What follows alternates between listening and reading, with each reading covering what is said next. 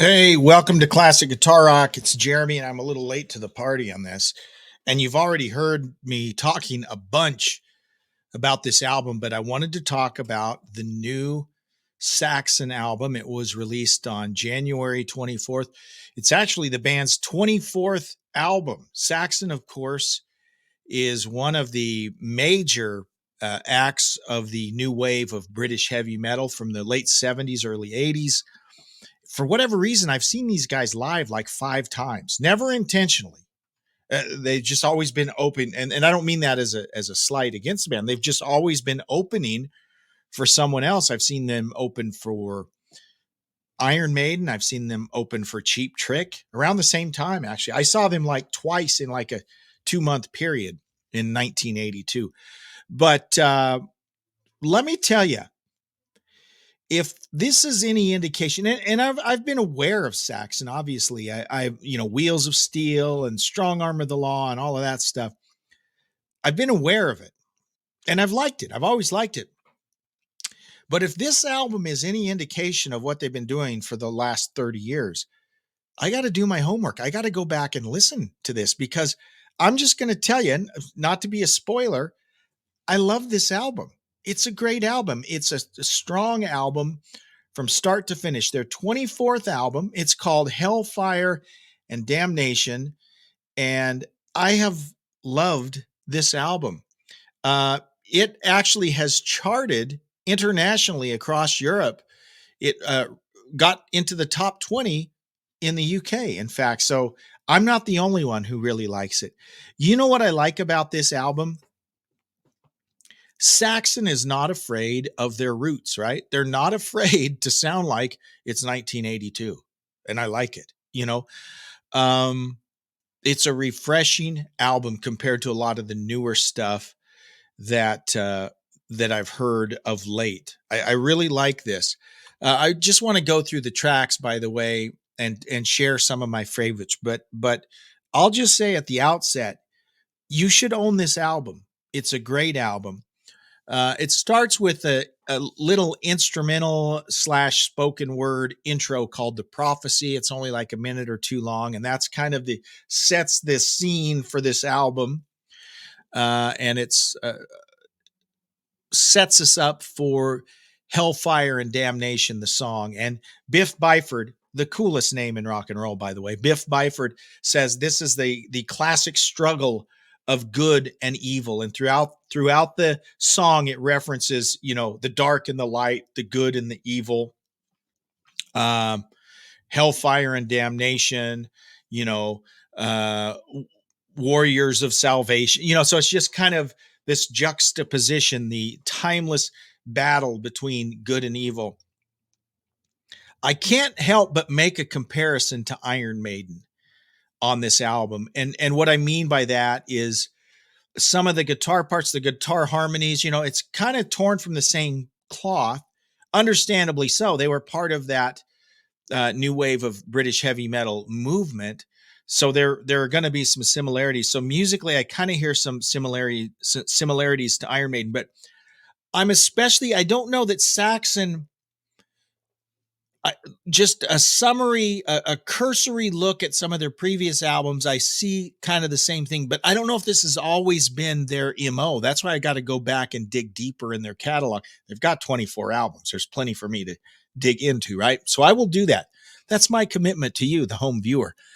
But very similar to Iron Maiden in that they dig into history and in a cool way, right? They dig back to certain things of history and make a whole song about it. And it's kind of educational, right? When I got my teenage boys riding with me in the car, we listen, I go, check this song out. It's about X. Check this one out. It's cool. So it's cool. It's nice to hear an album that, it's metal, right? It's got the fun of that classic metal sound, but the subject matter is like historical. I mean, what's not to like? There's the prophecy. It goes right into Hellfire and Damnation. Again, that age-old struggle between good and evil. And basically, he's saying, you got to choose. You're going to choose the dark or the light. You're going to choose the good or the evil. You're going to choose salvation or damnation. So it's an interesting juxtaposition, right? It's pretty cool. Now, one of my favorite songs on the track, again, a figure from history. It's called Madame Guillotine, about Marie Antoinette. Possibly my favorite song on the album. Let me introduce you to Madame Guillotine, but please don't lose your head. I mean, I'm singing it like a lounge singer, but it's pretty cool. So it mines that part of history about Marie Antoinette. Fire and Steel, heavy. That's a heavy song. One of the more up tempo songs. Great tune. The fifth track, again, one of my favorites, about UFOs. It's about Roswell. It's called There's Something. Let me get the full title here. There's Something in Roswell is the name of the title. And this is about Roswell, the UFO, the purported UFO crash in Roswell in 1947. They wrote a song about it, and it's awesome. After that comes, let's see, Kubla Khan and the Merchant of Venice. Kubla Khan, you'll recognize this if you were a fan of Rush, Xanadu, right? This treads some of the same ground that we hear in Xanadu, talking about Kubla Khan and, kind of the same stuff. And it's pretty cool. We've got Pirates of the Airwaves. This is about those pirate radio stations of the 60s and 70s. Back in the 60s and 70s, mostly the 70s, there were pirate radio stations off the coast of England, off the coast of much of Europe, that would broadcast signals. And that's how a lot of kids heard music, because the BBC wasn't necessarily playing the music they wanted to hear. So these pirate stations would be jamming the airwaves with the current popular heavy music of the day. And this is a tune about that. 1066, we're talking about the Crusades, more history. And this is a great song too. Witches of Salem, more history, right? And then the last song, the only one that's really not historical, and maybe it is, I'm trying to think of the lyrics now. It's called Supercharger, but it's a great song to finish the album. I can't say enough about this album. It's excellent from start to finish. Biff's got to be 70 years old, right? But he sounds pretty dang good, and the band is great. It's great. If you're a fan of the new wave of British heavy metal, if you're an Iron Maiden fan, if you like Saxon's earlier stuff, you will love this album. And I'm super excited that there's great albums coming out like this one. So here's what you got to do. You got to go listen to it right now, right?